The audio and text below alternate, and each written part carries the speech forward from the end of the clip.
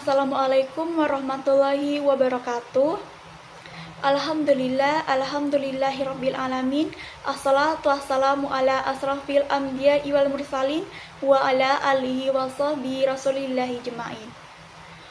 Salawat beserta salam tidak lupa terkirimkan kepada sang penghulu alam, yakni Nabi besar kita Muhammad sallallahu alaihi wasallam, dengan mengucapkan Allahumma shalli ala sayyidina Muhammad wa ala ali sayyidina Muhammad. Yang terhormat Bapak Dadang Firdaus SPD MSI selaku dosen pembimbing mata kuliah studi hadis. Dalam kesempatan ini akan membahas tentang hadis pada masa kodifikasi awal abad kedua Hijriah. Perkenalkan, saya Salsabila Lutfi selaku pemateri dan rekan saya Hawa Salsabila dan Mutiara Citra Asmi. Pertama saya akan membahas tentang latar belakang terjadinya kodifikasi hadis pada masa abad kedua Hijriah. Penyebaran Islam yang meluas ke luar Jazirah Arab mendorong para sahabat untuk berpencar ke berbagai wilayah guna menyampaikan ajaran Nabi Muhammad SAW. Khalifah Umar bin Abdul Aziz merasa khawatir terhadap kemungkinan hilangnya hadis-hadis Nabi karena banyaknya sahabat dan penghafal hadis yang telah wafat. Selain itu, situasi politik yang dipenuhi perebutan kekuasaan serta dorongan dari ajaran Rasulullah SAW turut mempengaruhi upaya pembukuan hadis. Pemalsuan hadis yang dilakukan untuk mempengaruh juga menjadi ancaman, sehingga umat Islam merasa perlu mengambil langkah nyata untuk menjaga keaslian hadis agar tidak tercampur dengan ungkapan yang keliru atau palsu. Selanjutnya, saya akan membahas tentang pengertian kodifikasi tadwin hadis.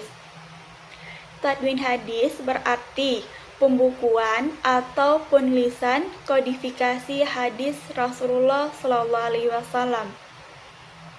Proses penulisan hadis ini disebut sebagai Kitabu al-Hadis atau tadwin hadis yang ada pada sejak masa Rasulullah SAW. Selanjutnya saya akan membahas tentang faktor yang mendorong kodifikasi hadis. Yang pertama yaitu tidak adanya lagi penghalang untuk menulis hadis. Khawatir karena akan bercampurnya hadis dengan Al-Quran. Faktor yang kedua yaitu khawatir akan hilangnya hadis karena banyak para sahabat yang meninggal dunia karena peperangan. Yang ketiga yaitu faktornya maraknya kegiatan pemalsuan hadis karena pepecahan politik dan perbedaan mazhab di kalangan umat Islam. Tokoh-tokoh ulama yang berjasa pada masa ini. Yang pertama ada Umar bin Abdul Aziz, ia memerintahkan pembukuan hadis. Kedua ada Malik bin Anas 93 sampai 179 Hijriah di Madinah dengan nama Kitab Al-Muwatta. Ketiga ada Muhammad ibnu Ishaq 151 Hijriah di Madinah. Yang keempat ada Al-Rabi'i ibnu Sabi 160 Hijriah. Yang kelima ada Hama ibnu Salaman 176 Hijriah di Basrah. Keenam ada Sufyan al-Tasuri 97 sampai 161 Hijriah di Kufah. Ketujuh ada Al-Auzai 88 sampai 157 Hijriah di Syam. Kedelapan ada Muammar ibnu Rashid 93 sampai 153 Hijriah di Yaman. Kesembilan ada Ibnu al-Mubarak 118 sampai 181 Hijriah di Khurasan. Hadis pada masa abad ketiga Hijriyah. Masa kodifikasi hadis berlanjut ke masa seleksi atau penyaringan di mana para mudawin melakukan seleksi ketat sebagai kelanjutan dari usaha ulama sebelumnya yang telah menghasilkan kitab tanwin. Periode ini dimulai sekitar akhir abad kedua atau awal abad ketiga Hijriyah.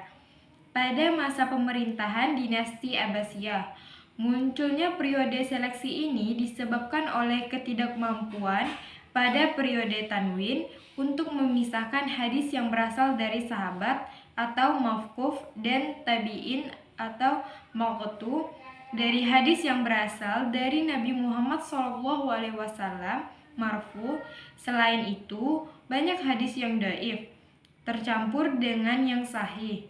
Bahkan ada yang mawadu atau palsu juga terintegrasi dalam kumpulan hadis yang sahih. Masa ini dikenal sebagai Asri al-Tajrid wal al-Taghi yang berarti masa penerimaan, pentashihan, dan penyempurnaan. Baiklah, saya di sini akan menjelaskan beberapa tokoh yang berkarya pada masa abad ketiga dan keempat Hijriah. Yang pertama yaitu Imam Al-Bukhari. Beliau wafat pada 256 Hijriah. Beliau juga pengarang yang sahih di dalam kitab yang paling sahih di dalam Islam. Yang kedua, Imam Al-Bukhari. Beliau wafat pada 256 Hijriah. Beliau pengarang Sunan Al-Tirmizi, kitab hadis yang menjelaskan tentang tingkatan sanad. Yang ketiga yaitu Imam Muslim. Beliau wafat pada 261 Hijriah. Beliau seorang pengarang Sahih Muslim, kitab hadis yang paling kedua sahih di dalam Islam. Dan yang keempat yaitu Imam Abu Dawud. Beliau wafat pada 275 Hijriah. Beliau seorang pengarang Sunan Abu Dawud, kitab hadis yang paling terkemuka. Dan yang kelima yaitu Imam Al-Nasa'i. Beliau wafat pada 303 Hijriah. Beliau seorang pengarang Sunan Al-Nasa'i, hadis fokus kepada masalah hukum. Dan yang terakhir, Imam Ibnu Al-Majad. Beliau wafat pada 273 Hijriah. Beliau juga seorang pengarang Sunan Ibnu Majah, kitab yang tidak dapat di dalam kitab lain. Selanjutnya yaitu perbedaan pada masa kodifikasi abad kedua dan abad ketiga serta yang keempat. Abad kedua lebih berfokus kepada pengumpulan dan penyusunan hadis.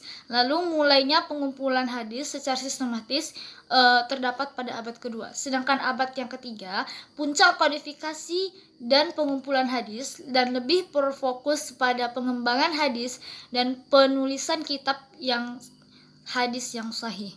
Dan hadis yang abad keempat lebih ke mengembangkan ilmu hadis yang menuliskan kitab tafsir dan usul fikih yang berbasis pada hadis sahih dan lebih berfokus kepada penggunaan hadis di dalam penetapan hukum serta menafsirkan hadis. Yang dapat kami sampaikan, lebih dan kurang kami mohon maaf. Terima kasih atas perhatiannya. Assalamualaikum warahmatullahi wabarakatuh.